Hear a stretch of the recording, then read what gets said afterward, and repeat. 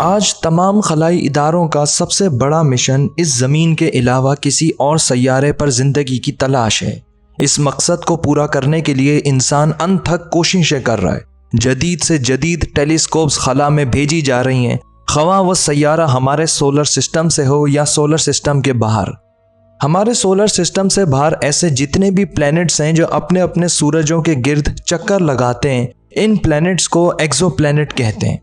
इन planets को तलाश करना कोई आसान काम नहीं, क्योंकि इतनी वसी स्पेस में करोड़ों अरबों सितारों के बीच ये छोटे छोटे स्याह डॉट्स अपने सूरज के सामने आने पर ही नजर आते हैं। साइंसदानों को अलग अलग वक्तों में बहुत सी तस्वीरें लेनी पड़ती हैं, फिर उन तस्वीरों पर चमकते सितारों के आसपास के हिस्सों पर गौर करना पड़ता है कि यहाँ कोई स्याह नुक्ता दिखाई दे रहा है कि नहीं। और यही हुआ केपलर 22b के साथ, जिसके बारे में आज हम जानेंगे। दूर से तो ये प्लैनेट बिल्कुल हमारी अपनी ज़मीन जैसा दिखता है, वैसा ही माहौल और वैसी ही आबो हवा। क्या हकीकत में इस प्लैनेट में ज़िंदगी मुमकिन है? वो हमारी ज़मीन से कितने फासले पर है? उसका सूरज क्या हमारे सूरज जैसा है? वो साइज़ में कितना बड़ा है? और क्या हम उसे दूसरा अर्थ कह सकते हैं? चलिए जानते हैं। ये प्लैनेट जिस सूरज के गिर्द चक्कर लगाता है उसे केपलर 22 कहते हैं। इनके नाम एक जैसे होने की वजह से थोड़ा कंफ्यूजिंग हो जाता है। केपलर 22 एक बौना सितारा है, बिल्कुल हमारे सूरज जैसा, उतना ही बड़ा, यहाँ तक कि इनकी उम्र भी तकरीबन एक बराबर है। लेकिन इसकी रोशनी हमारे सूरज के मुकाबले में 20% मध्यम है।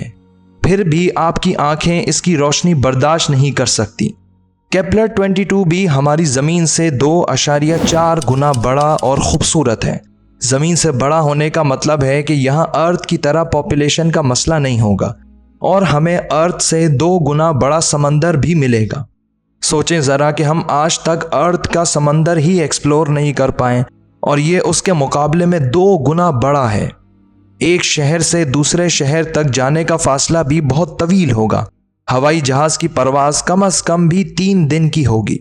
क्योंकि ये प्लैनेट हमारी ज़मीन से ऑलमोस्ट 2.5 गुना बड़ा है, तो साइंसदानों का ख्याल है कि इसका मास भी ज़मीन के मुकाबले में 36 गुना ज़्यादा होगा। तो इससे प्लैनेट पर क्या असर पड़ेगा? इस प्लैनेट की ग्रेविटी हमारी ज़मीन से 6 गुना ताकतवर होगी, जिसका मतलब है कि वहाँ 9 किलो आलूओं का वज़न हमारी ज़मीन के 54 किलो आलूओं के वज़न के बराबर होगा। इसके अलावा आप खुद को बहुत वजनी महसूस करेंगे। एक कदम उठाने के लिए आपको बेपनाह ताकत की ज़रूरत होगी। इस स्ट्रॉन्ग ग्रेविटी में दरख्त और पौधे तो बिल्कुल नहीं उग सकते, जबकि हमारी ज़मीन की ग्रेविटी इतनी ज़्यादा ताकतवर नहीं कि दरख्त और पौधों को उगने ना दे। इस प्लैनेट में रहने वाले जानवर बहुत ताकतवर और देव हैकल होंगे, जिनकी बहुत सी टांगें होंगी, जब भी वो केपलर 22b की स्ट्रॉन्ग ग्रेविटी में हरकत करने के काबिल होंगे। उनके जिस्म इंतहाई भारी, कदावर और ज़मीन के जानवरों से ज़्यादा ताकतवर होंगे। केपलर 22b ज़मीन के मुकाबले में अपने सूरज से 15% करीब है, जिसका मतलब है कि अगर ये हमारे सोलर सिस्टम का हिस्सा होता तो ये अर्थ और वीनस के दरमियान में कहीं होता, और ये ज़मीन के मुकाबले में ज़्यादा गर्म और वीनस से कुछ कम टेम्परेचर होता। तो क्या इसका मतलब है कि हम वहाँ सूरज की गर्मी से जल जाएंगे? ऐसा बिल्कुल नहीं है, क्योंकि ये प्लैनेट अर्थ के मुकाबले में 15% करीब तो है, लेकिन जैसा कि मैंने आपको पहले बताया कि इसका सूरज केपलर 22 हमारे सूरज से 20% कम रोशन है, जिसकी वजह से इस प्लैनेट का दर्जा हरारत बिल्कुल हमारी ज़मीन के बराबर होगा। और ये प्लैनेट अर्थ की तरह ही अपने सोलर सिस्टम के हैबिटेबल जोन में है। अगर ये प्लैनेट यूरेनस की तरह अपनी साइड्स पर झुका हुआ है तो वहाँ मौसम नाकाबिले यकीन हद तक सर्द होगा, जबकि गर्मियों के दिन बहुत ही कम। इसके अलावा ज़मीनी इलाका बहुत कम होगा, क्योंकि ज़मीन के दोनों तरफ समंदर होंगे। लेकिन अगर केपलर 22b हमारी ज़मीन ही की तरह गर्दिश करता है तो इसका वसी फैला समंदर सैयारे के दर्जा हरारत को कम रखने में काफ़ी मददगार होगा, क्योंकि पानी हीट को एब्जॉर्ब कर लेता है और फिर पूरे सैयारे पर इस तरीके से तकसीम करता है कि गर्म इलाके ठंडे हो जाते हैं और ठंडे इलाके गर्म। यही सब अरबों साल पहले हमारे अर्थ के साथ हुआ था, जिससे हमारी हौलनाक ज़मीन ज़िंदगी के लिए साजगार और ख़ूबसूरत बन गई। केपलर 22b में अगर कोई एटमॉस्फेयर नहीं हुआ तो साइंसदानों का ख्याल है कि वहाँ का औसतन दर्जा हरारत -11 डिग्री सेंटीग्रेड होगा, जबकि अगर ज़मीन जैसा एटमॉस्फेयर हुआ तो ये टेम्परेचर 22 डिग्री सेल्सियस होगा, जो ज़िंदगी के लिए मुनासिब है। केपलर 22b का एक साल हमारी ज़मीन के 290 दिनों के बराबर है, यानी 9 महीनों का एक साल। लेकिन बदकिस्मती से इस प्लेनेट का कोई चांद नहीं, और चांद ही की वजह से हमारे समंदर में लहरें पैदा होती हैं। इस सूरत में केपलर 22b का समंदर साइलेंट रहेगा, उसमें लहरें पैदा नहीं होंगी और इंसानों को चांद के खूबसूरत नज़ारे को हमेशा के लिए अलविदा कहना होगा। साइंसदानों को अब तक ये नहीं मालूम कि केपलर 22b की सतह पथरीली है या फिर एक गैस जायंट है।